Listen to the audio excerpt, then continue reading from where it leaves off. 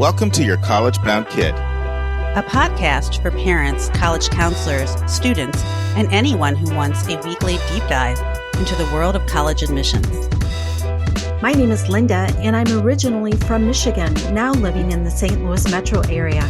I'm a college coach with School Match for You and have a daughter at University of Chicago. I'm Lisa, and I'm a clinical psychologist and college counselor. I have a daughter in college, a daughter in high school, and a son in middle school. After 30 years in Chicago, we recently moved to North Carolina. My name is Mark. I'm a college coach in Atlanta and the parent of two daughters. Karis, a graduate of Davidson College, and she is the founder of the Spanish tutoring company, SpanishHelpToday.com. And Joy is a wellness coach at the Keenan Flagler Business School at the University of North Carolina, Chapel Hill. And I'm so blessed to be able to work alongside both my beautiful daughters at School Match for You, a college counseling firm that I founded in 2010. Good morning, friends. Coming to you from Orlando, Florida. Just a trip here to visit University of Central Florida and tour there tomorrow, and then Rollins College in Winter Park on Tuesday. Get some palm trees and some fresh ambiance. But friends, massive shout out to all of you. When we opened our listener survey, I was saying to myself, people are extremely busy. I sure hope we get the 220 respondents we got in 2021 and 2022. Can you believe we have more than double that? And I could not be more grateful. So thank you, thank you, thank you. The listener survey closes tomorrow, so this is literally your last chance to tell us what is working well for you and what we need to improve. Just go to yourcollegebounkid.com, resources tab. It's the very first thing you'll see, listener survey. We plan on getting the results of the survey in your hands by mid-October. So friends, when you host a podcast like Your College Bound Kid, you get to know what lands well and what doesn't because you get a lot of interaction. So I thought when I had this idea to give you a front row seat, be a bug on the wall, watch a committee in action, hear how files are read at some schools that do holistic admissions, I thought it was going to be a great learning opportunity. But the proof's been in the pudding, and based on everything I heard this week, you are really finding this to be a great learning opportunity. Now, earlier in the week, I got a text from a very loyal Texas listener. I think, she may be one of those listeners that hasn't missed an episode because I've been hearing from this listener at least 2019 and I think 2018. But this is what she said. It kind of surprised me. So here's the text. Here's how it read. Today's episode raised my stress levels. Just thinking about these types of colleges. I wish you could have given a disclaimer that most colleges accept most applicants. Friends, we have all types of listeners with different perspectives, but this listener brought up a very good point. Now, the video and the audio did say that the college that was being discussed, that the applicants were applying to, where files were read, has an acceptance rate of 20%. But what we didn't say, and I should have said, is that only 3% of colleges accept 20% or less of their applicants. So that's really 1 out of every 30 colleges. The average college accepts 73% of applicants. So 3 out of 4, or close to 3 out of 4. And we can't say that enough. Because reminding you of this is very important because it doesn't glorify selective colleges, and it also can help keep the stress down. Now, one of the benefits of doing a survey of our listeners is we get to know who we're speaking to. And a high percentage of our listeners who have kids who are successful in high school, and they want to know how holistic admissions works and how it works at selective colleges. I'm sure there's some people who wish we would have featured schools with 5% admit rates or 10% admit rates. But all the responses we received this week were quite positive. And I want to share one of them here, not to stroke our panelists, although they deserve all the approbation they get. But I'm playing this to encourage any of you who have not read the files and either watch the video of the admissions committee discussing the files or listen to the podcast, getting the audio content only. Here's another response that came in via SpeakPipe. Hi, Mark. This is Julie. I'm a longtime devoted listener to the podcast, and I just finished listening and watching the Zoom with the parents and with the admissions counselors, and I just can't thank you enough for bringing all of that together. It was so incredible to listen. Hillary is such a rock star and needs to, I think, maybe even have her own podcast. She was such a great moderator, but it just really highlighted how the process works, and that's just not something you see or hear anyplace else. So thank you so much to all of the people, the parents, and Kate and Grace and Hillary for their time to put that together, because it was so instructive. Thanks again for all the work you do. We really appreciate it. Friends, one thing that really warms my heart, and it happened a few times this week, a listener shared, "I'm telling my friends to read the files," or "I'm telling my school counselor to pass this on to students," and watch the committee debate the 3 admissions files.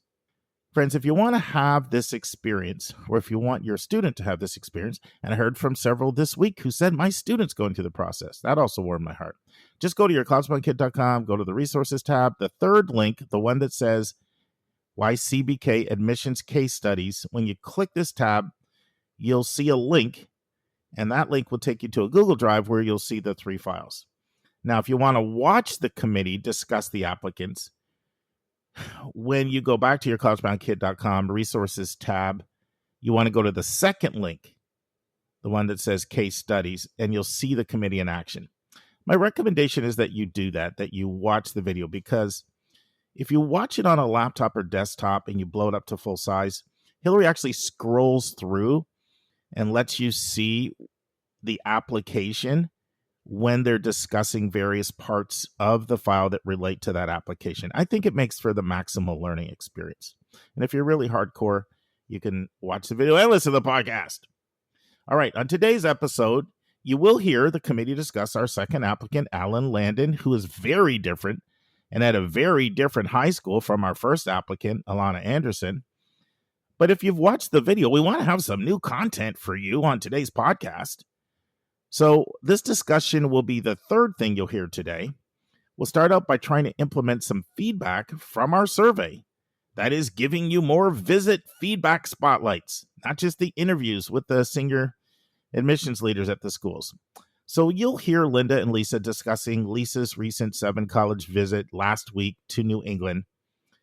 And this week, she'll be discussing the University of New Hampshire. And after this, we'll follow up with a question from a college student at Berry College who's considering law school and has some questions about law school and the outside of a few different questions. So I brought Jeff and Jon back, 2 partners of our law firm. I thought they could answer this question better than any of our other members of our team. And so you'll hear their answer to Olivia's question from Berry College. Now, we rarely do a 3-parter on Monday. Those are reserved for Thursday's episodes. But we've fallen way behind in getting answers to the questions you're sending in. I've realized we're not going to be able to answer them all, which I guess in one sense is a good problem. It shows the glut of questions we're getting, but it does break my heart a little bit. But we're trying to answer as many of them as we can.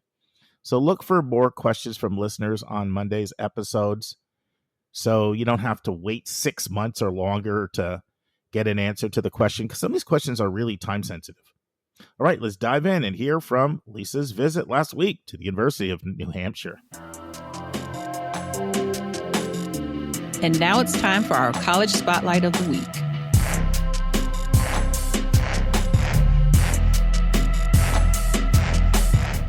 Hey, Lynda, how are you doing? Hey, Lisa, I am doing great, but probably not as well as you are. True. Well, I am coming at you from Burlington, Vermont. I am on the IECA Fall College Tour of Vermont and New Hampshire and one Massachusetts school. And so you and I are going to be recording after each one of these days. So it's like you're here with me, which I know everyone really wants to be here with me, but too bad you are anyway. And I just wanted to record this while everything is fresh in my mind. And also, it's so nice to see a familiar face at the end of Aw. each day. Aw. You know, I am on a tour with 53 great people, but I don't really know any of those great people very well. And like, as an introvert who works in her basement by herself, virtually most of the time, it's a lot. So I am glad to be back in my normal environment. You don't know them yet. Yeah, So- exactly. And they're all, one of them is nicer than the next. I have nothing bad to say about anyone. And I am going to get to know them all, but just like not tonight.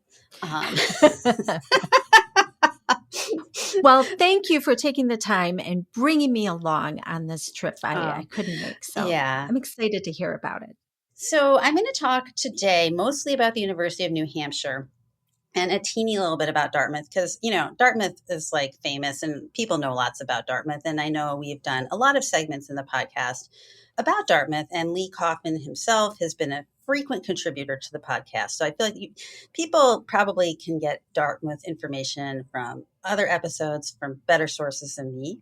But I know we haven't talked a lot about the University of New Hampshire on this podcast. And honestly, I think we should. So I really have not spent very much time in the Northeast part of the country. And I didn't really know what to expect, but it's beautiful. New Hampshire, when we were driving from Boston to University of New Hampshire, like the area surrounding it is gorgeous, lakes, beaches. It looks like a movie set. You know, I didn't really know what to expect, and my unconscious expectations were surpassed. The weather here is phenomenal. It's been like 70, sunny. I'm kind of discombobulated because there's no humidity. It's very disorienting, and my hair doesn't know what to do with itself. It can't do the normal frizzing thing. Your hair looks really good. Yeah, that's so because that's it's not frizzing. It's just like I wanted to it, but I can't. I can't. What's going on? So like, but yeah, breathing in air that you don't feel like it smacks you in the face. It's novel to me now. That'll last probably another 2 weeks. And then, winter. Yeah. So then I'll be complaining about how dry my everything is, and I'm never happy. Have the leaves turned yet? You know, they are just starting to turn. So I saw a little bit more like up in, like as you're driving by the mountains and you're staying up in elevation, then I see more like reddish things, but not a lot. It's not really fall yet. So, and you know, like it's beautiful. Got the window open in the hotel because you can actually get fresh air. It's lovely. But the University of New Hampshire is in Durham, New Hampshire. And I remember that because Durham is a place in North Carolina I spend a lot of time. And it is the state flagship. It's got 11,000 undergraduates and about 2,500 graduate students.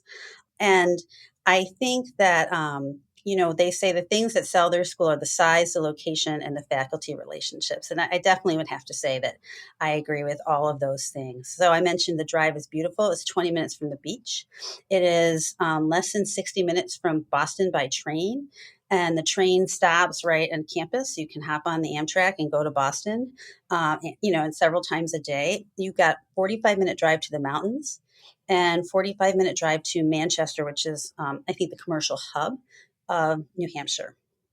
So the location is definitely good. And it is a state flagship, but New Hampshire is a small state. So it is 60% out of state because they just need to recruit people from out of state to keep the school full. But that being said, it's a beautiful campus, little hilly, mostly everything is red brick, and most of it's like very traditional looking. There's a couple buildings that are more modern, but they kind of flow with things. They don't stick out. It's a fairly expansive campus, I would say. We didn't get to see all of it. And for 11,000 kids, it feels really spread out. Like, as someone who, I don't know, is sort of a misanthrope, and I found that campus just expansive. Like you could just spread yourself out. No one was too close. You just so much room for everything, so much space. It was very relaxing to be on the campus, and that was something that I heard echoed by many of the other 53 people that were on the tour with me. The town of Durham is like right next to the campus, so you can literally walk from campus right to the town of Durham, which is a cute little smaller town. So many pizza restaurants. Wow. So many mom and pop pizza restaurants. And I would think maybe I just attended to that because I was hungry, but it was 8 a.m. and I was not really in a pizza mood, but there was a lot of pizza restaurants that looked very cute, cafes, like a very fun place to hang out. And there are some really strong programs. I think the business program is great. The engineering program is really good. They have directed nursing that's test optional. So that's something. And of course, I think they're really well known for marine science, biology, and ecology programs. And, you can see like why, because you can just pretty much get on a boat practically from campus and go out and explore the marine life. It is affordable.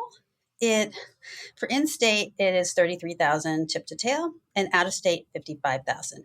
But they do give a lot of merit scholarships, and so the top merit scholarship would be $20,000 for out-of-state and $11,000 for in-state. And these are things like you might have to get a 4.0, and they do weight when they recalculate to get the top award, but you can get awards down to like 3.3, 3.2. It's a place where a B student can definitely, get some nice merit aid to make it more affordable.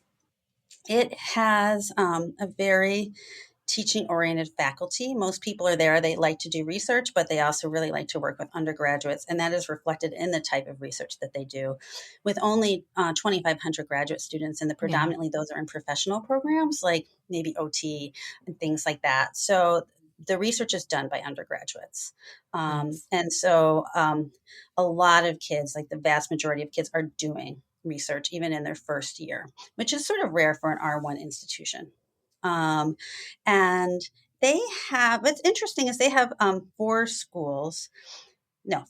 I lied. I can't count. They have like a liberal arts college, which they call COLA, the life sciences college. They have health and human services college, and that has nursing. Nursing is the most competitive program in the college. They have an engineering and physical sciences college, and they have business. And it seems like that they kind of use the same like GPA cutoffs. They are test optional, and they were test optional before the pandemic. They're truly test optional. They don't look at test scores at all when determining merit. So, I mean, they really, it's like she said they only use them really if there's like a confusion, like, why is this person's grades a little low, but their test score is a little high? We might call the guidance counselor at their school and ask what's going on there. But they mainly determine whether you're eligible or not by the type of courses you take in high school. So if you want to just go to a major in the liberal arts, you just need 2 lab sciences and 2 maths to get in. And I think you have to take algebra too. But if you want to do something in the life sciences, you need 4 maths and 3 lab science. If you want to be in nursing, you need to have 4 maths and 4 life sciences, and the same for engineering. And for business, they want you to have 4 units of math, but they want you to hopefully have finished pre-calc by the time you graduate high school. But it is a place that you can not take calculus and, get into high quality engineering and business programs. So that's another, I think, really accessible. And they have some really cool things. They just built a new honors college building. They have the highest sustainability rating that you can get. They have this plant that takes methane gas from the local dump and turns it into electricity that powers the entirety of the core campus. Wow. Which is amazing. And I guess the joke is you get a recycling bin in your dorm room, but you don't get a trash can. So I think there's a message there, which is to try not to throw things away or have a giant pile of trash on your floor in case of my children. So do they compost? I mean, they do. They do. They compost all the waste food that they cannot give away to local food pantries from the dining hall. And according to our guide, and I mean the admissions rep with us said this was not quite scientifically accurate. They put it all in a big vat and then they smush it, which was her words. And then whatever they can't smush, an oil, that she said there's a rumor that they're using that to power the buses on campus. And the admissions rep said that is kind of true, but there's a lot more science behind it. And she was a communications major. She's like, well, yeah, but it eventually gets to the buses. So it's true. Science, whatever. I don't care. I'm sure there's science behind it. I immediately go to, the barefoot grape stomping. I'm sure it's not anything like that. We're not I know. I don't. Banana peels and things like that. No, okay.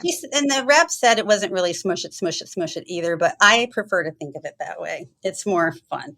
But they have like a really cool thing. Like they have this interoperability laboratory where you can get hired as a student. It's top secret to test products like from Apple before they are put on the market. So you're like testing them and examining them, which seems like a really good job preparation kind of thing. Sounds fun. And they also have a manufacturing center where they have these robots, and the robots, and they do large scale manufacturing. The students learn how to like run all that, and they get orders from real life companies and government agencies. Like for instance, they were making NASA satellite parts and for NASA and doing that kind of thing. So that's a great experience as well. So the vibe at this school is chill, I would say. They're D1 sports. I mean, I know people go to games. I didn't really hear people talk a lot about sports, which I didn't notice, of course, because you know me and my lack of sports awareness. But I don't remember hearing about UNH on Saturday football days. But I mean, they do have football. They do have it. But I don't know. And like they do have Greek life, but that didn't really seem to be a huge driver of life either. We did a student panel. The students were lovely, and they all just talked about how much they love the community at UNH, that they felt it was really inclusive, it was really welcoming, it was easy to make friends with everyone, and that they found the professors were quite interested in teaching. Our tour guide said that she asked her advisor about graduate school. He said, why don't you come to my class after I'm done tonight at 8:30? And she sat with him in his office for 2 hours where they mapped out all of her graduate school plans till like 10:30 at night. And just that's commonplace at UNH. So one was those kids was more adorable than next. My favorite story was the student who said that she and her roommate was really interested freshman year in trying out different local churches. So they started walking down to this local church, and it was mostly with, elderly parishioners, but the elderly parishioners were thrilled to see them. They wanted them to come every Sunday. They brought baked goods in for them every Sunday. And then it started to snow a lot, and it was really hard for the girls to walk there. And so they didn't go for a couple months. It didn't come back till the spring. And when they came back, the parishioners were like, oh my gosh, we thought you were gone forever. And they were so happy to see them. And, that just seemed to be like such a sweet story to me. And so they're going again, and they'll just take a break in the winter. I'm sure God understands that because, snow. But just a lot of really great opportunity. Like everyone talked about the research that they were doing. They have a lot of really interesting courses. One student said for her art requirement, she was taking Introduction to Puppetry, and it was harder than her hardest physics class. Ooh. And she had to make a puppet like a Muppet, and the Muppet was going to have to give a presentation in a couple weeks, and she was okay. practicing. So let's just take a moment and give some respect to Sesame Street, and I know that is tougher hard than stuff. we look. No, it looks easy. Like you think puppets, no big. No, it's an art form, and it's difficult. Yeah, Elmo's real. Okay. Anyway, I don't want to upset the children, Lynda. Or me, Lisa. No, we'll talk about that later, offline. So I just thought it, was really great. Some things about the admissions. They now are direct admit on niche. So that is a new thing that they are trying this year. And the other new thing that they're trying this year is that they have raised their merit aid awards and they're automatic, and they have their honors college with no separate application. I love that. So, and they said, and really to get admitted, most kids have like a solid B average or higher. So it seems accessible to, a fair number of kids. The admissions rate is 87%. So it's, I think they try to say yes more often than they say no. Nursing is the most competitive because they only have 100 seats. Mm. And that's just a story of nursing programs Right. across the country, right?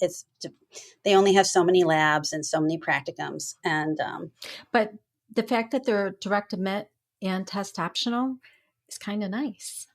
oh, it really is kind of nice. Now, I mean, these are strong students. We asked what their average GPA was, and they're like, straight A's. Yeah. I mean, they're really strong students that go there. But we asked if they were all from in-state because we thought like, oh, well, this is great. But apparently there are lots of opportunities for New Hampshire students to get into nursing programs throughout the state. So actually they do have a pretty big out-of-state pool, even in the nursing program. Oh, good.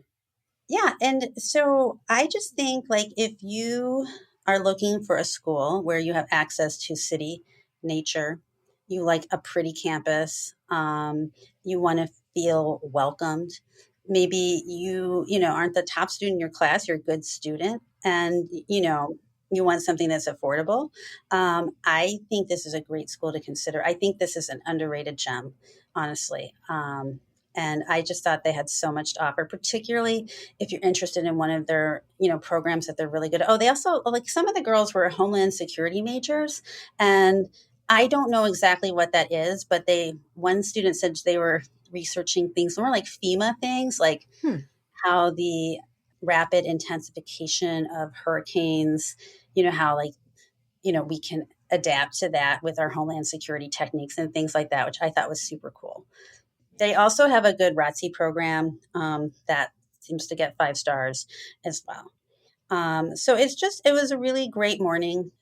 I will say the one thing I would say is that it was not entirely really very diverse at all. Yeah. But I think that is partially just because of the region that it's in is not they're just a lot of white people. Yeah. And I think, they would like to have it to be more diverse, but it's hard to get people from other areas of the country to come there without really knowing more about it. Yeah, sure.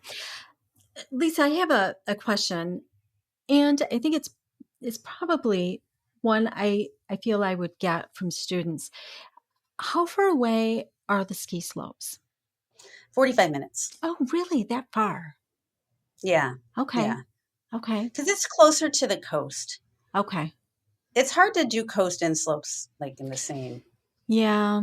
And I wonder, what that coastline is like. I'm not picturing like, North Carolina or Florida beaches, but. No, I don't think so. It's small. I think they said that New Hampshire only has 15 miles of shoreline, but they do have it. So we didn't obviously get to go over there. I would have liked to have done that, but. More than Missouri. True. Missouri has exactly 0 miles of coast. Lakes don't count. One other thing I forgot to mention that I would love to mention is that it's fine to apply their undecided. Oh. So you don't have to apply into a major like you do a lot of publics, and they have undecided advisors who will help you figure out what your major should be, and they'll help you with internal transfers. Like transferring to many programs is absolutely no problem. Business and engineering and nursing is a little harder because you have to hit some of those prerequisites. Mm-hmm. It's not that it can't be done. It's just more challenging. But they will try to walk you through that process. And also they have a campus in Manchester, which is more of like a commuter professional campus, but it has the best ASL program in the country.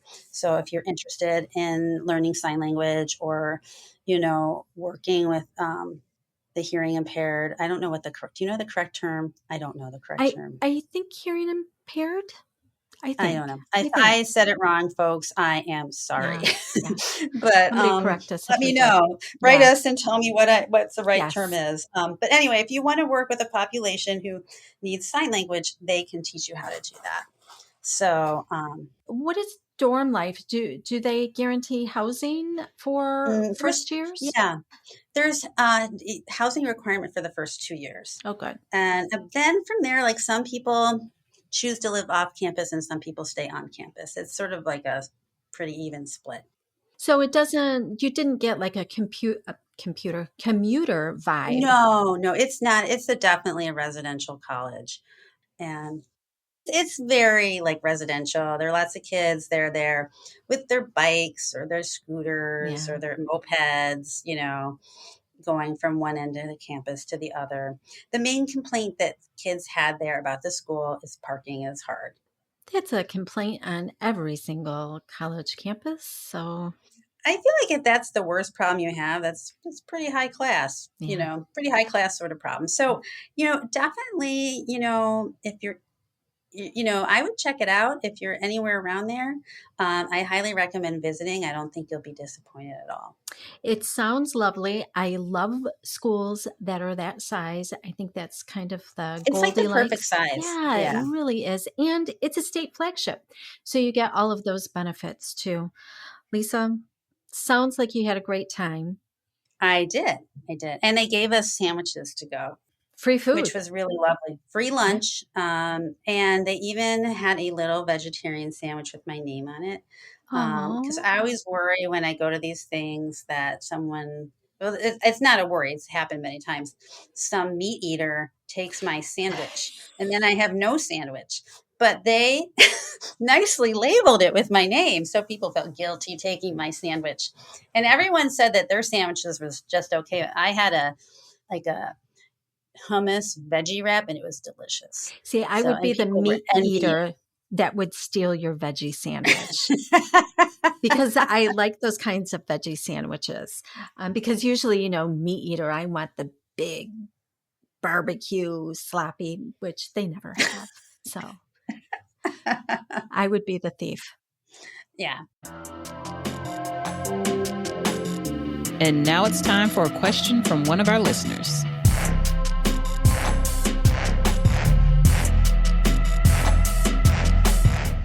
Okay. You're going to think that, listeners, that Jeff and Jon are like permanent new fixtures on our podcast. They're back. That's because I think their perspective on this question from a listener is going to be greatly appreciated. So we have a student at Berry College to be a rising junior or senior, and she asked a question and sent it in. So I'm going to play this question from Olivia and get the insights from Jeff and Jon. Hi, this is Olivia Pope. I am a senior at Berry College, just calling in to ask a few questions about law school. I'm majoring in political science and I'm planning on working for a few years before attending law school. And I just had a few questions about how to economically and affordably go to law school. So if you have any advice on that, that would be amazing. I'm really trying to avoid loans as much as possible. So if you have any advice on how to get scholarships in or outside of the school, that would be much appreciated. And also if you have any advice on getting an LSAT tutor and the timeline for that. Thank you so much. What do you say, guys?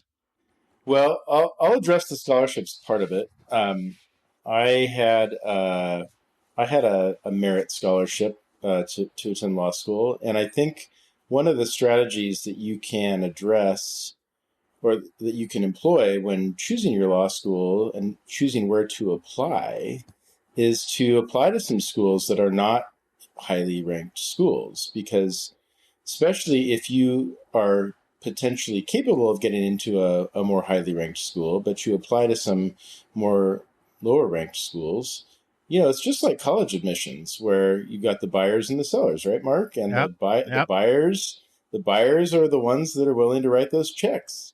And law school's the same way. Those lower tier law schools, you can still get a great education there, but they're willing to write a pretty big scholarship check to attract students that will bump up their numbers so that they appear better in the rankings. It's like the same game all over again, right?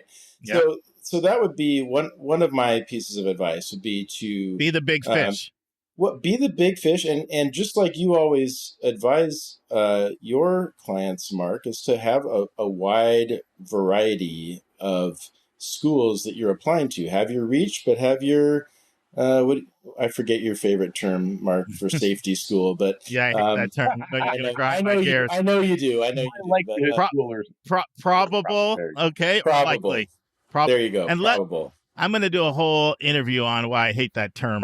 The perfect person to do it is a college counselor out of California who shares my disdain for that term. But I will use the term assured admissions. right? There's assured admissions, what Arizona State does, but point well taken. Don't get me started. I'll go off on my hobby horse. And I'll add to that. So first, completely agree with Jeff. I'll add to that. I've also heard a wise podcaster recently saying a lot, closed mouths don't get fed. And what I think back to is I had scholarship offers actually from a couple of T14 schools. And the dolt that I was at the age of 21, 22, I did not go to NYU and say, hey, school X and school Y have offered me A and B. What can you give me? You should not hesitate once you've decided on a school, hopefully before you've told them that, to go to them to ask them what kind of scholarship or grant they can offer you. They are not going to revoke their offer for you doing so. So please, please, please do that. And if you're fortunate enough to have a scholarship offer from another similarly situated school, from my perspective as a non-admissions counselor, use that offer and try to leverage it. And the last thing I'd say on that is we're living in the age of big data. So you don't have to just throw darts at dartboards. There's a lot of statistical information out there about what percentage of schools give merit scholarships and what average size of them is. And so you can use that data and take that into consideration when you're looking at your schools. You don't just have to go off lower ranked, higher ranked, because even that, like there are some schools that aren't ranked as high, but they're, the commitment is need-based versus merit-based. There's a couple other things that might be worth mentioning in this context. One is the possibility of loan forgiveness, because that's something that this listener should be researching, is what types of loan forgiveness programs are out there right now. I know there, at one point in time, and I don't know if it's still true, there were programs out there that if you did a certain type of public service law for a certain amount of time, that your loans could be either partially or entirely forgiven. So that can make a big deal in terms of the affordability of your law career. Another thing that's out there that a lot of people may not know about is there are some states where you do not have to attend law school to become a lawyer. It's certainly a very unusual way to go. But if you work in a law firm, for example, maybe start out as a legal assistant, maybe work up to being a paralegal, and then train under someone there, you can actually sit for the bar exam. And I think you might need to be sponsored by by a member of the bar to do this. And it's a very unusual way to go, but it is out there. And for certain types of people, it might be something worth pursuing. And it's a good reminder as well, while slightly off point, that the law is an apprenticeship. It still is. The apprentice model is how you learn, and it's important to understand. And frankly, I wish there were more states that reverted to that to offer more opportunities to people because of the combination of the cost of law school and the opportunity cost of losing that time while spending 3 years in law school. Awesome. So Olivia had a second question. Who wants to take a stab at that? I'm going to let Jon take that one because I'm a little out of the loop on LSAT prep. So Olivia, I actually did research on this one. I'm impressed. So I saw the question and I did a couple of components of research. Component number one is I reached out to my team, many of whom are younger lawyers, let's say 1 to 4 years of practice. And I said to them, hey, what kind of study did you do for the LSAT? And I got, Olivia, you're not going to love this, but the standard lawyer and college admissions counselor answer, which is it depends, or in this case, it varies wildly, and your mileage may vary, which is one of the women on my team said she spent 3 weeks studying 2 to 3 hours a day, excluding weekends. Another one said, I spent 6 months every Saturday all day going. A third said, I just kind of quit my job and then I spent 6 months studying for it. So those couldn't be more wildly varying. If you look at the LSAC's website, the Law School Admissions Council, I believe it's called, and that's where I was looking, they do say expect to be putting in about 3 months. And then if you look at the folks who make the most money from this, meaning the private tutors out there, they also say expect to put in 3 to 4 months studying. Some of them say 20 hours a week, 3 to 4 months studying. That seems like a lot to me, but I also took the test like Jeff more than a couple of years ago. So it may be a different test now than it was then. I do think it's important to note in a way that is frankly probably not too dissimilar to the SAT and ACT that this is a test where practice matters and you will do better by working at it. There will be diminishing returns, right? Spending an entire year doing this seems like it would be a terrible idea in my view for lots of reasons, including you're a human being, go live your life. But you should expect to be putting in a number of hours, probably 100 to 200, 300 hours, actually studying for this, really working at those questions, understanding the kind of questions, and then doing it well. And then in terms of the tutor, I will not be good at advising the kind of tutor to use. And as a non-paid spokesman, I won't mention any names. If somebody wants to pay me, I'm happy to ask Mark to let me back on it. I'll mention names. But putting that aside, what I would say is I would do some practice before you seek out a tutor. Figure out where you think you want to be, where you are relative to those kinds of schools, and whether there's the bang for the buck in spending the money, whether on a class or an individual tutor. Because I think for some students, there will be a massive return spending those dollars, which won't be nothing. And for other students, it will absolutely not be worth it at all. So be a thoughtful consumer. This is no different than the decision to be a thoughtful consumer going to college or law school in terms of the cost and the time you're putting in. This is the exact same thing. Do your research, prep in advance, and whatever decision you make, Olivia, I promise you it will work out. And Olivia and all our listeners, I really do want to encourage you to listen to an interview that Julie and I did with Lydia Dagenet on what law schools look for. Lydia has a very interesting background. She did admissions at Haverford College. She did admissions at Swarthmore College. And then she did law school admissions at University of Missouri, Kansas City. I'm bringing it up. One, I think that's helpful because a lot of people find the podcast when they find it and they just move forward and they don't go back. And so a lot of people may not know about that. But I'm also bringing it up because one of the things that Lydia really emphasized in that interview is that the LSAT carries more weight in the law school process than the SAT and the ACT do in the undergraduate process. Yes. It just does. And so it is for good reason, I think. And what would that reason be? Would you say? It's, I think, highly indicative of your ability to be a lawyer. Yeah, and I think I made the comment. Pretty good test. They dropped the logic games, I think. And I made this comment when we recorded for the first set of sessions. When we spoke. I think that was a mistake.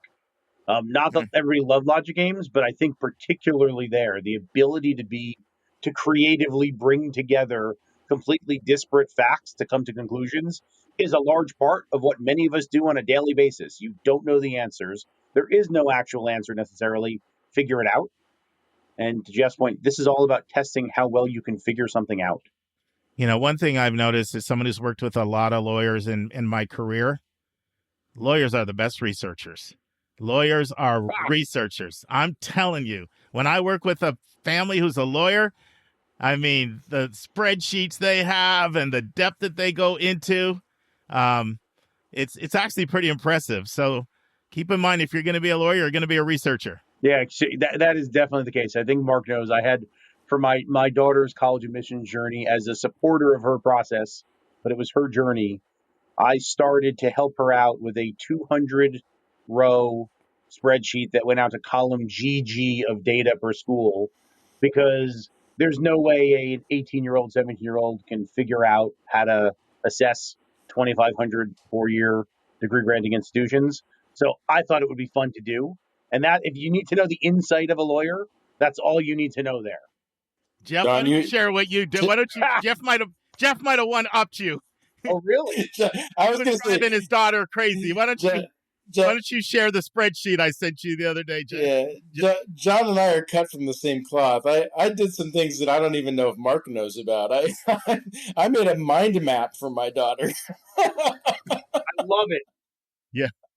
Oh, you got. I still got Zach about to go through the college admissions process. I'm happy to layer even more on. Yeah, Jeff had this. It was ridiculous. The spreadsheets, and I mean, this is like into ninth grade stuff too. You Oh, know, all good, I love all it. good. Love it, Good love it. times. Hey, Good times. I miss all that. your clients benefit, right? You come. That means you're coming in prepared, and you know the context. Yep. Awesome.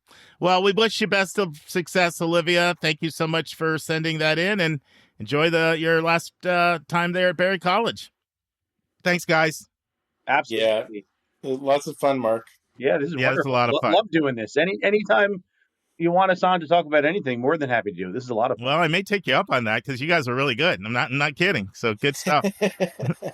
And thanks to the generosity of the Princeton Review for sending in that SpeakPipe question, you are going to get your choice of one of the following 4 books: College Admissions 101, Essays That Kicked Apps, The Best 390 Colleges, Princeton Review Digital SAT Prep. Now, in order to get your book, you just need to send me an email at mark@schoolmatch4u.com, put Princeton Book Giveaway in the subject line, and in the body of the email, put the title of the book you want and put the episode number where we discussed your question, and just share a brief description of the question that you asked.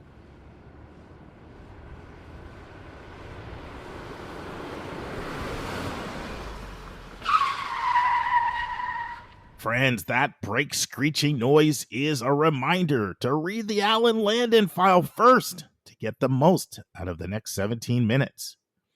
But let's transition and hear our admissions committee. Special shout out to Grace Robertson Lloyd from Grinnell College, Kate Strickland from CU Boulder, and Hillary Dickman from Colorado College, and to the 5 parents who joined them to discuss applicant number 2, Alan Landon. And now this week's interview with a special guest.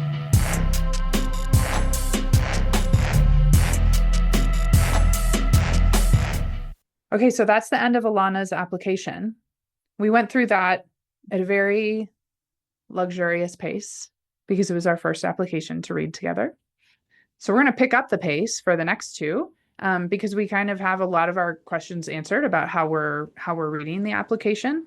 So for the next 2, we'll just sort of pull out the highlights and lowlights of the different pages that we're looking at. Okay, it's a very different school. Alan goes to Marleybone Academy, which is 98% to 4-year colleges, but no formal engagement. So he hasn't shown up at any kind of virtual or in-person sessions. What do you think? Any parents want to speak up here and say what's important to know? Like, what's the context for Marleybone Academy? It appears it's a private school and it's well resourced. So a lot of AP courses, a lot of sports, a lot of clubs. And it looks like they have a lot of students going to a lot of different types of universities. Yeah. So this is sort of your typical independent school that offers APs, where looks like a pretty academically rigorous, academically competitive kind of school. It's, I mean, sort of like the polar opposite of what we just saw, right?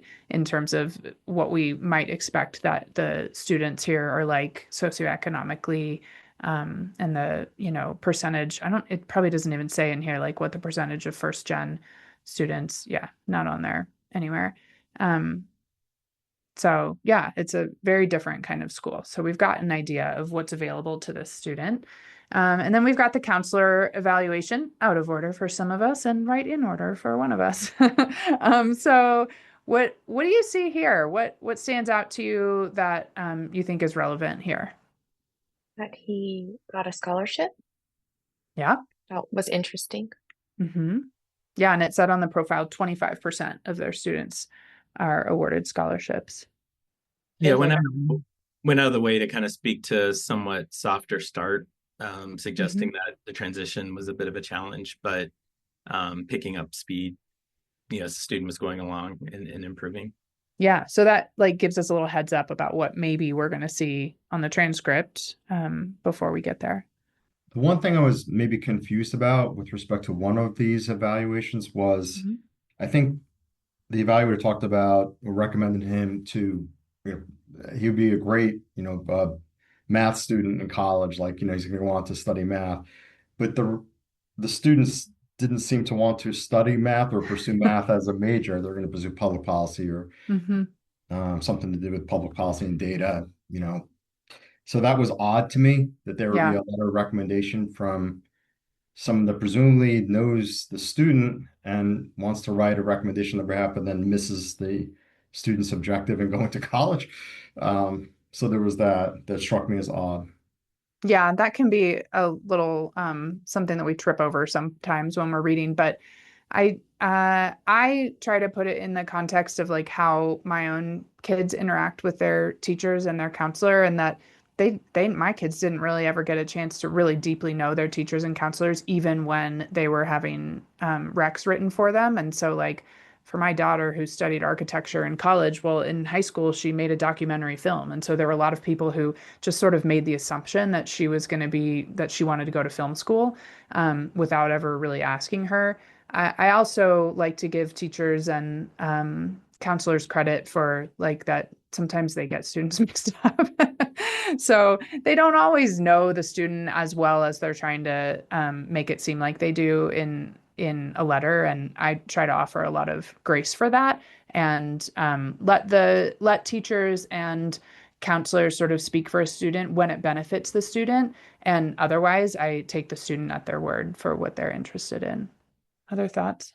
Something that I super appreciate about this rec is they're giving us kind of a typical load and some typical stats. So we learned that the school has 25 APs, but then you think, okay, is a typical load 3, 10, 15, 18? But here the counselor tells us 4 to 5 APs in their entire upper school career is normal. So that's incredibly useful. And they share the nugget that taking AP Calc BC and AP Stat concurrently is very rare for their students. So that helps us understand just what a standout Alan may be as we continue through the application. Yeah, and I thought that line about not giving additional weight to AP courses was helpful also. If we were going by their GPA, you would want to know that, right? Yeah, Nishant. Well, I guess I know this came up during the podcast as well, but one of the main things is when you compare this to the public school kind of counselor letters and what I've seen with some of the students that I've been coaching as well as my own daughter, it's literally a series of check boxes where the counselor is kind of ticking off, right? So compared to that, this is extremely extensive. So how do you kind of weigh this type of a letter versus check the box kind of exercise that many public school counselors end up doing? Yeah. Grace, you want to tackle that? So this is definitely a big part of where the context is so important. So, I mean, we saw on the last applicant file that the letters were shorter, but like Hillary said, shorter does not mean less meaningful, less important, or less loving. We take it all into account, right? There are some schools, to be honest, that don't even submit letters, right? Like counselor recommendation is just a line saying, I have 600 students on my caseload. I don't have time to send a letter for this student. We don't hold that against the student because the student has no control over that. We also then, when we're looking at students, really try to be aware of, oh, is this a high-flying school where every counselor, every teacher is going to be writing 1 to 2 pages about everyone that they are assigned to, write a letter for? We understand those differences and we take it into account. And it's important to know that privilege is not going to hurt a student. It's also not going to bump up a student. It's just their context. So thinking of it as context, not privilege, is a really important thing to do when we are reviewing these applications, because we want to be aware of what's available. Is the student in the context of their high school? Is this a nice letter? We also, I like another full disclosure thing is sometimes we will read letters from really nice high schools, like strong sending schools with 200 students, and all of them are getting in the 31 to 34 range for their ACTs. And we can tell when the letter isn't as warm, even if it's still 2 pages, right? And so I think the nuance that comes through the fact that we as reviewers have read hundreds, thousands and thousands of these different applications have specifically been assigned to these high schools. So we're used to how the teachers write, how the counselors write, and what to expect. And then we can tell a little better when someone is exceptional, when someone is perfectly average and there's nothing wrong with that, or is maybe a little bit more of a red flag according to how they're being written about. All of that comes through by experience. And so it's tough in the instance of a case study because, you have the three of us who are, sharing our expertise. We're understanding of this context. And it's, I think, another reason that the case study hopefully is helpful, and hopefully you can understand that you can trust us as the reviewers because we are taking this context into account with every single file that we read, every single student from all the different schools that we've read applications from again and again, multiple times before in the past. So it does vary. It's all about context. That's why we get assigned a specific territory and we stick to it. Mm-hmm. And that's why I love reading in school groups when I can. It's not always possible because it depends on when the transcripts are coming in. But I try as much as I can when I know that I'm going to have a school that's going to send 12 applications. I sort of hoard those applications in my slate queue so that I can wait until all 12 of them are there and read them all at once, because I want to be able to put on my, Yarmouth High School in Yarmouth, Maine goggles and just be reading through that lens when I'm reading Yarmouth High School students, so that it's just so much easier that way to kind of, to be looking at sort of similar ways of writing about a student, similar opportunities for activities, all of that can be really helpful when you're reading by school group. Thank you. Yeah. Okay. So this is a positive letter, I would say, all the way around. Then we'll go to the transcript and look at Alan's transcript. So we do see some sort of softer scores in his first year. The side of my screen is covered up. There we go. Now I can see the scores in 11th grade. So we see some softer scores, a few of them in his first year. We do see that really the high grades in math though, right? He's getting a 98 in his algebra class, a 92 in pre-calc, a 91 in AP calc, and he's taking AP stats at the same time and getting 97. So we can understand why a counselor might be, singing praises of math.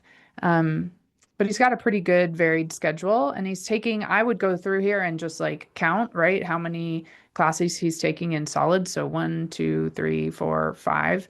And at an independent school, you typically see 5 solids per year, and they do a pretty good job of breaking those up.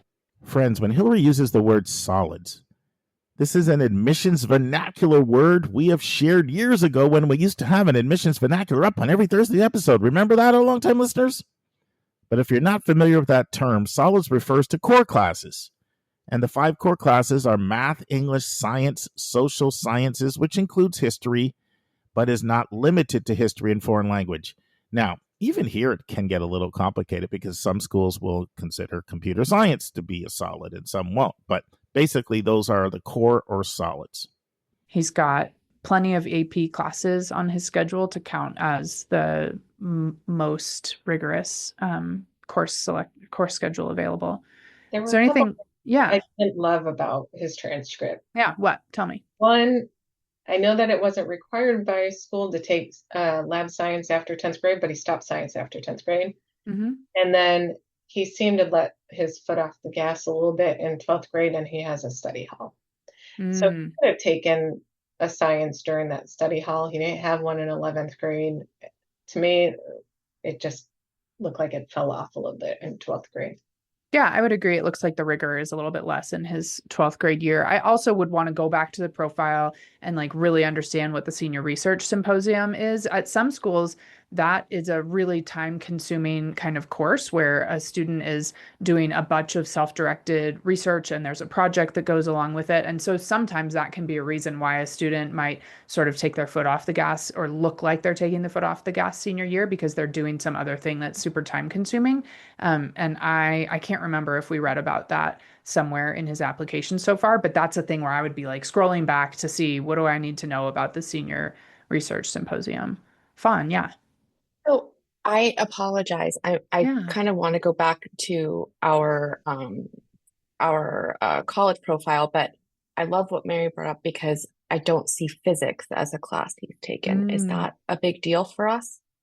It wouldn't be a big deal for me as somebody who's reading for a liberal arts college because he's got other sciences on there. I don't necessarily need physics. Other schools are going to have a different answer. Grace, yeah.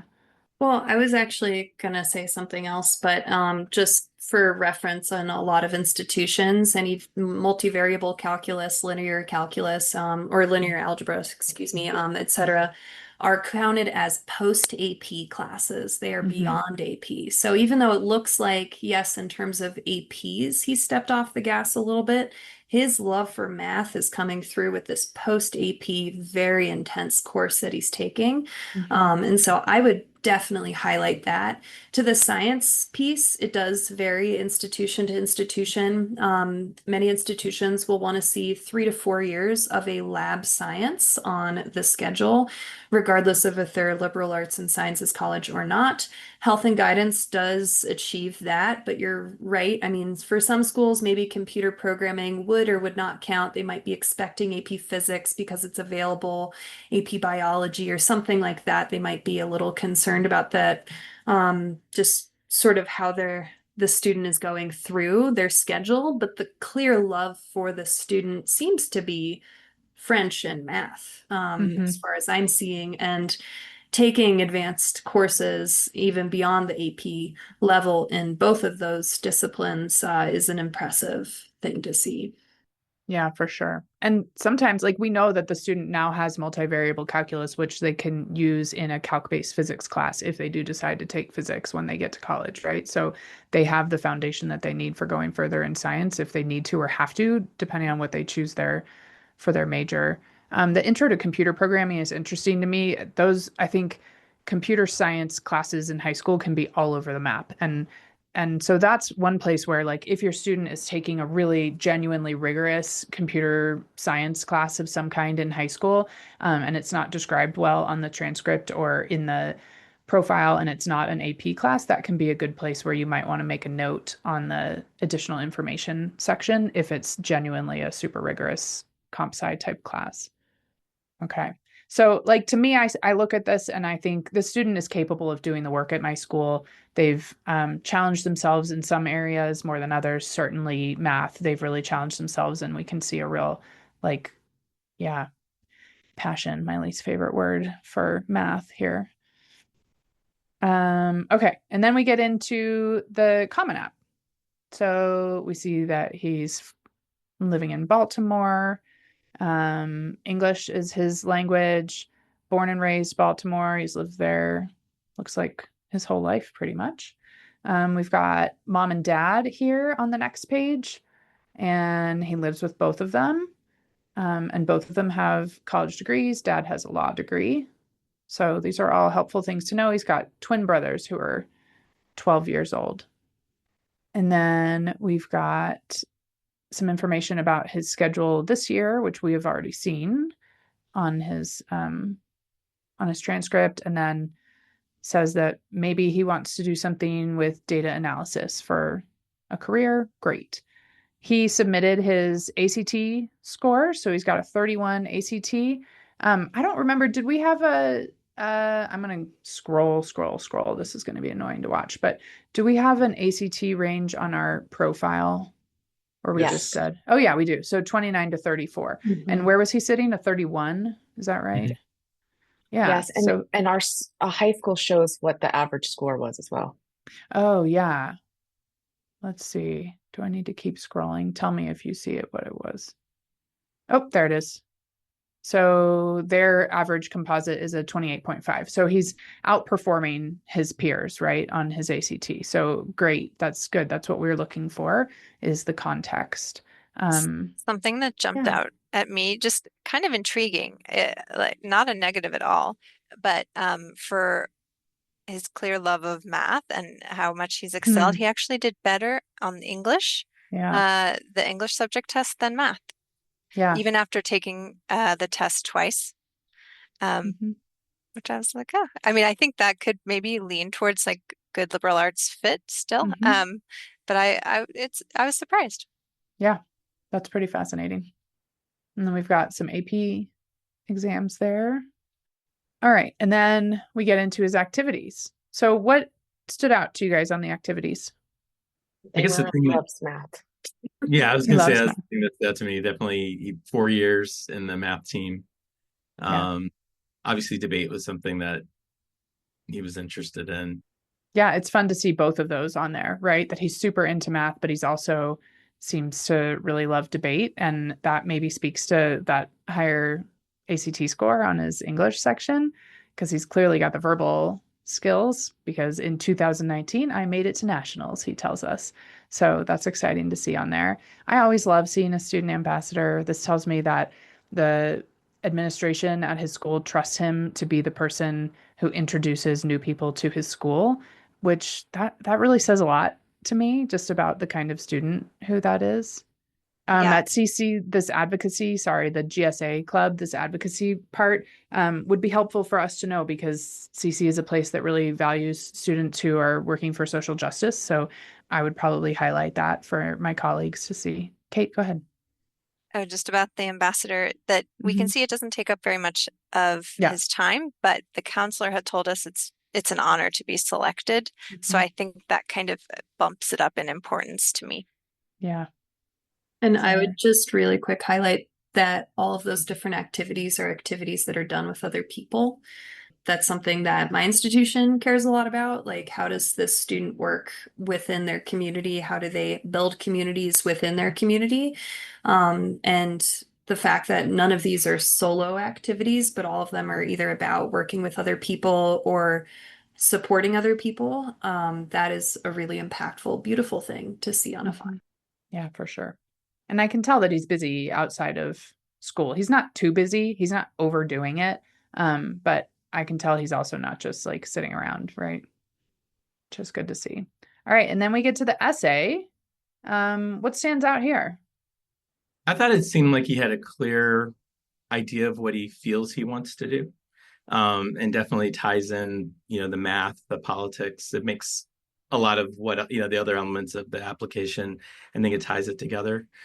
I did find one thing I thought was kind of interesting was the first sentence in the second paragraph, where he says, "Yet I realize it is important not to ignore the faults in those you love." And I was reflecting on that, because I'm like, I'm not sure I entirely understand what is meant by that. It almost sounds as if, when I read the rest of the paragraph, if the tone almost reads as a little bit of like, I have discussions with folks and I'm using data and they don't understand. So therefore, and that's the motivating factor for the rest of it, which I thought was interesting. Obviously for 17-year-old, et cetera, probably, it's one of those things where one learns and grows, but it struck me as like, that's interesting.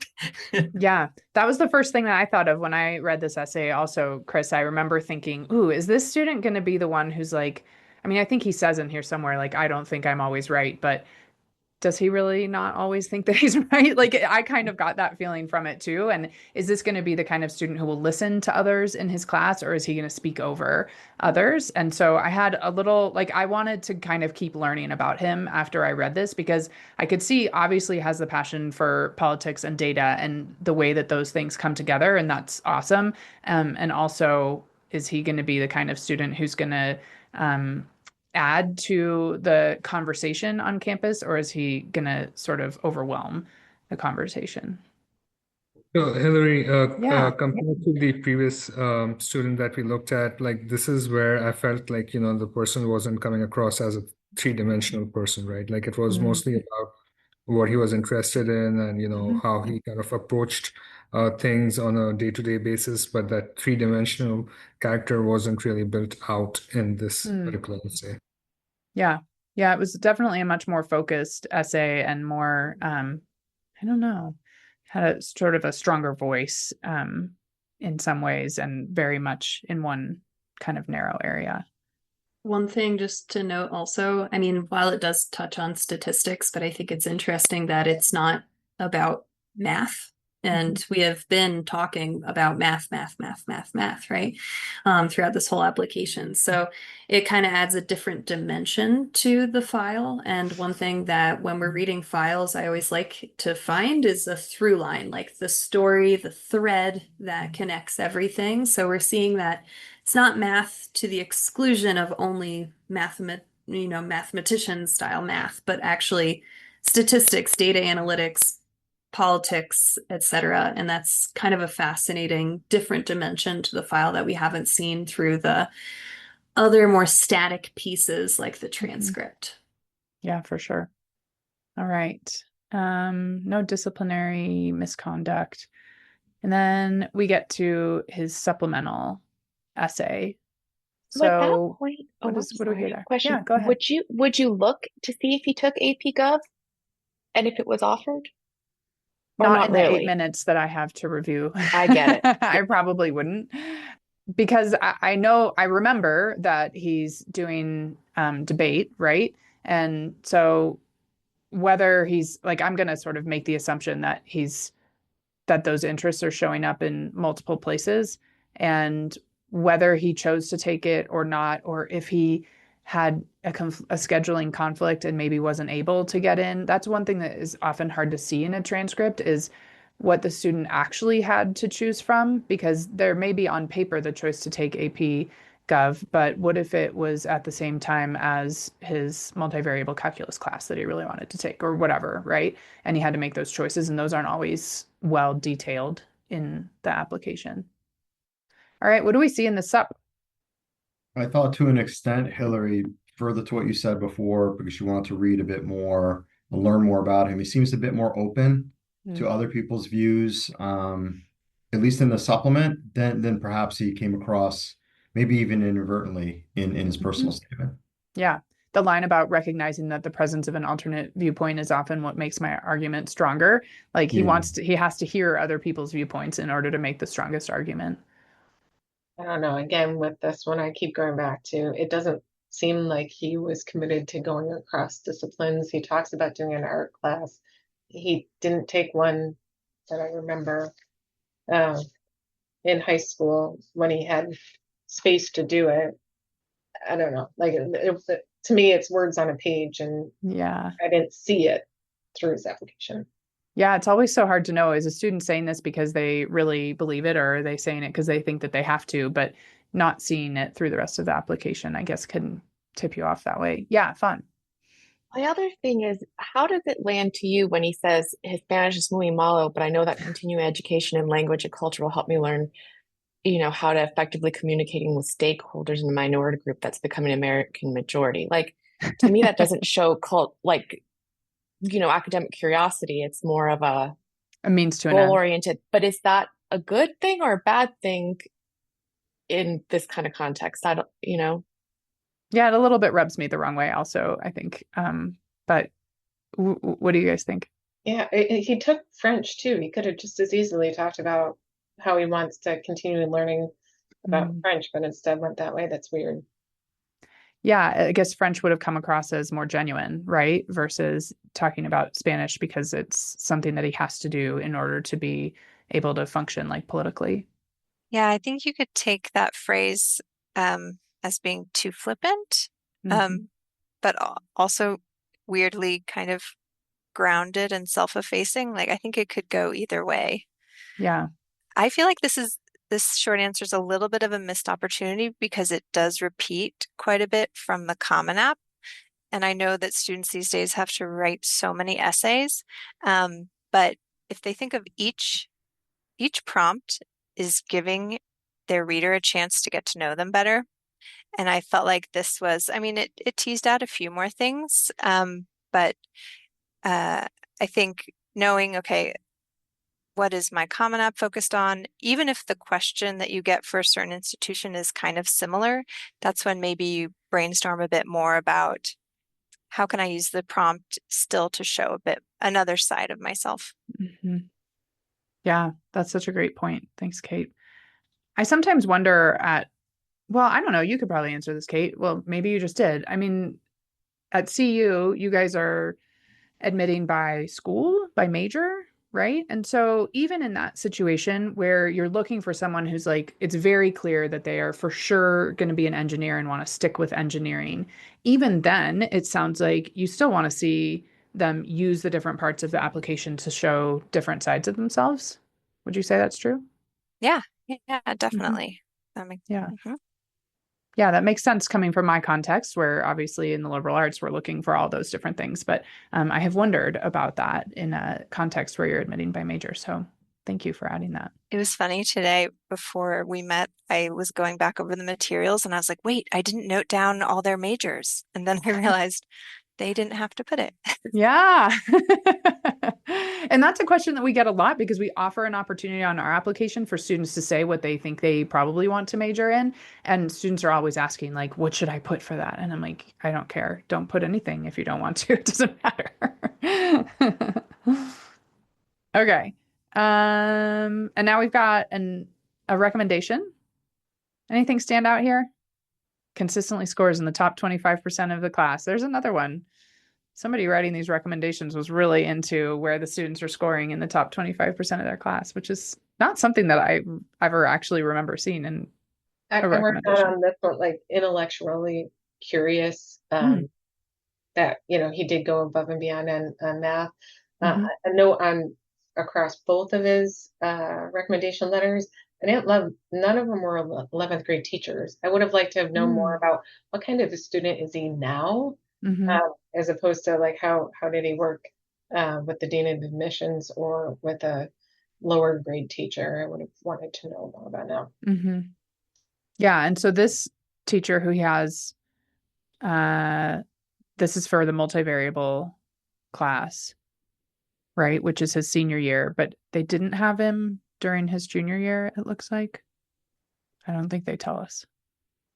I generally tell students, like, whichever teacher can speak most highly of you and write in the most descriptive and compelling way about you, that's fine, even if it's, a little bit older or a senior year teacher. But it's nice to hear from teachers who know the student well, and that can be different for each student.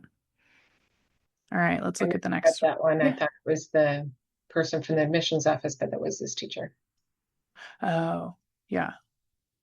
Okay, and then we've got another one from, which teacher is this? Let's see, global politics course. So this teacher had him in his sophomore year. Anything stand out here?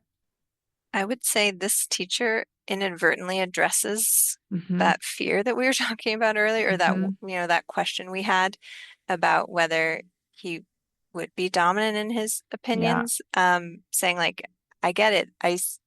He presented that way to me, but he surprised me at the same time. And I think that goes a long way. Yeah. I mean, that really allays my fears. I was worried that Mr. Landon might try to turn our class's Socratic seminars into a competition that he must win. I was pleasantly surprised to find out this wasn't the case. Yeah, it's all coming together here, right? So that's why we keep reading all the way to the end, because I think it's hard for a 17-year-old to know exactly how they're coming across in writing. And it's lovely that this teacher was able to sort of predict that might happen and give us more context. Okay, that's it for Alan. So we're going to move on unless anybody has anything else they want to add. On Thursday's episode, Vince and I are going to answer a question from a listener while also discussing an article on the lawsuit that's being brought against a bunch of selective colleges, saying, in effect, early decision programs are discriminatory and should be illegal. So we'll combine a hot topic in the news with a question from a listener on that one. We'll have part 2 of my interview with Daniel Chambliss, author of the book, How College Works. And we will continue to discuss the research findings he found in his decade-long study about how college works. Then we'll have part 3 or 4 of Grant Gosselin's deep dive into Boston College. Grant is the chief enrollment officer at Boston College in Chestnut Hill, Massachusetts. Friends, I'm going to play a message that was left on SpeakPipe from one of our listeners. And this is very reminiscent to a message that we played a couple months ago. But I just think it's that important that I'm going to play similar message, different parents sending it in. I really believe this is something that can help your student reduce their stress. Take a listen. Hey, Mark and the YCBK team. I wanted to say thank you for the tip on having rising seniors use and sign up for the niche platform for direct admissions. We did that with our daughter, and she has received, as of August 7th, today, 12 offers with the total scholarship amount of $248,500, which is an average of $20,708 per school. This is something we didn't even really know existed, and it was super easy to sign up, and we just loaded her unofficial transcript on there. And I'm just really grateful because she's going into school in a week and a half, and she's going into her senior year knowing that at least 12 places do want her, and that she has the grades and the background and the skills to go to college. I know sometimes students get teary-eyed at this point in the process or in a couple months from now, thinking that they're not going to end up anywhere. But I really want to encourage families out there to take a look at this platform because it's given us all the feeling of confidence to have those yeses and for her to know that she's on the right track. Thank you all. Friends, it is a time of the year when colleges are starting to release their admissions decisions. A number of students at places like Pitt, Wake Forest, Alabama, just to name a few, are already getting decisions back. And it's important to remember, it's not where you go. It's not where you go. It's not where you go. But it's what you do when you get there. It's what you do when you get out of there. That is what will determine your career success. See you on Thursday, friends. And that's our show. A big thank you to you, our listeners, for tuning in this week. If you find this podcast helpful, please follow us and you will get every single episode as soon as they are released. If you want to support our podcast, you can click the share button and send it to your friends and acquaintances. You can say positive things about your college-bound kid on your social media feed. And you can help us stay commercial-free and pay our staff by donating on the yourcollegeboundkid.website. You can write a review for us on Apple or Spotify. And if you have a question or a recommendation, just go to speakpipe.com/YCBK, hit the orange button, and speak. We will do our best to get your question in your own voice on an upcoming episode. I am the producer of the podcast, and I live in Metro Atlanta. We have a fantastic team that has over 200 years of admissions and counseling experience. Shout out to our co-hosts, Dr. Lisa Ruff in North Carolina, Susan Tree in Pennsylvania, Vince Garcia in California, Julia Esquivel in Massachusetts, Lynda Depker in Missouri, Andy Strickler, the Chief Enrollment Officer at Connecticut College, New London, Connecticut, Hillary Dickman, an Admission Officer at Colorado College in Colorado Springs, and our International Admissions Expert, Kevin Newton in Dallas, Texas. Our sensational sound engineer is Nemanja Motvich. Our amazing music is from Victor Allen Weeks. Marketing designs from Kimberly Bloss. Our reliable webmaster is Stylionis Dimitru. Website updates are done by Joyce Stucker. Our image editor is Vlad Honchar. If you want to have a coaching session with me, just text me at 404-664-4340. If you want to reach someone else on our team, all of our bios with contact info can be found at yourcollegeboundkid.com under the About YCBK tab.